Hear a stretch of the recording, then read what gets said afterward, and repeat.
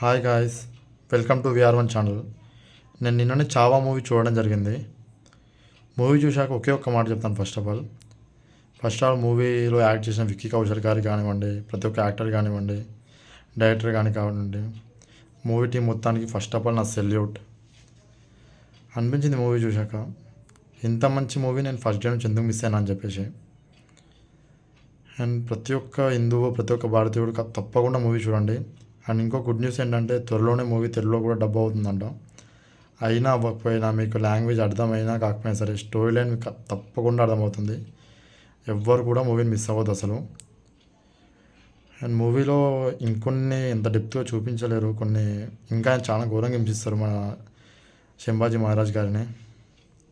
But ఆయన చేసిన పోరాటం కానీ ఎవ్వరం మరవజాలన్నది.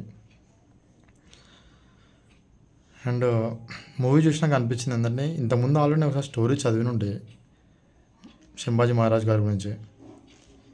ఎన్నో స్టోరీస్ విన్నా, ఎన్నోసార్లు ఆర్టికల్ చదివినా.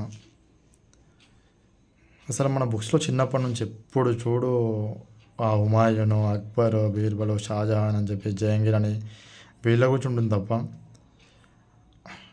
స్వరాజ్యం కోసం పోరాడుతుంటే ఇలాంటి గొప్ప వీరులు మన శివాజీ మహారాజ్ గారు కావచ్చు, శంభాజీ మహారాజ్ గారు కావచ్చు, ఇంకా చాలామంది చరిత్ర మనం చదువుకుంటే వీళ్ళెవ్వరి గురించి కనీసం మనకు తెలియని కూడా తెలియకుండా ఎన్ని రోజులు దాచిపెట్టారు. ఎట్లీస్ట్ సంతోషం మూవీ ద్వారా అయినా సరే, ఇలా అయినా సరే అప్పుడప్పుడు కొంతమంది తెలుస్తుందని చెప్పేసి. బట్ ఖచ్చితంగా ప్రతి ఒక్కరి సినిమా చూడండి. అండ్ ఒక్క మాట చెప్పగలం,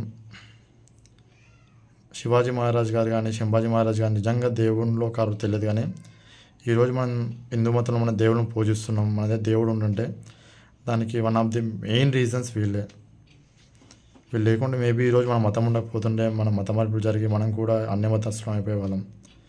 ఈరోజు ఇంకా మన సనాతన ధర్మం బ్రతుకుందంటే దానికి ఎంతో ముఖ్యమైన కారణం వీళ్ళు. అండ్ తప్పకుండా ప్రతి ఒక్కరూ వీళ్ళని తెలుసుకోండి. అండ్ నేను కూడా ఆశిస్తున్నా ఇలాంటి మంచి మంచి మూవీసే కాకుండా త్వరలోనే మన పాఠ్య పుస్తకాల్లో కూడా వీళ్ళ గురించి చేరుస్తారని చెప్పేసి.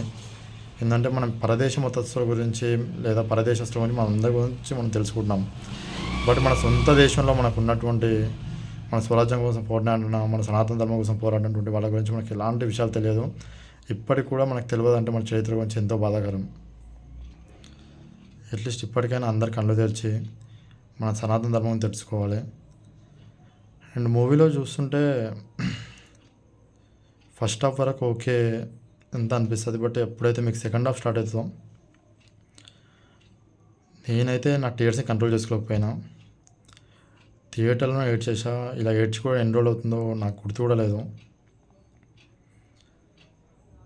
అసలు మూవీ చూశాక ఫస్ట్ నా మనసులో అనిపించిందంటే, మన వాళ్ళే మన రాజు ద్రోహం చేసినప్పుడు first of all big thanks to Sambhaji Maharaj గారు. అండ్ మనసులో అనిపించిందంటే నిస్వార్థంగా స్వారీ అనేది చాలా చిన్న మాట.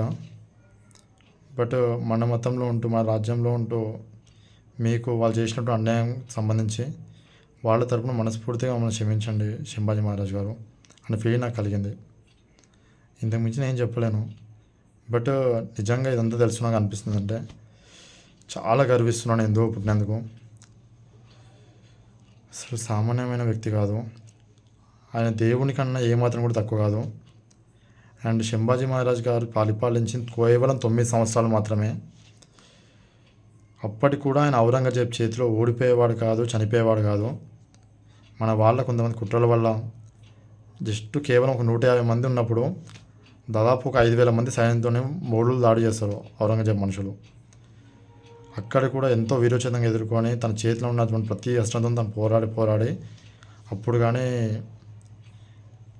తను లొంగిపోడు.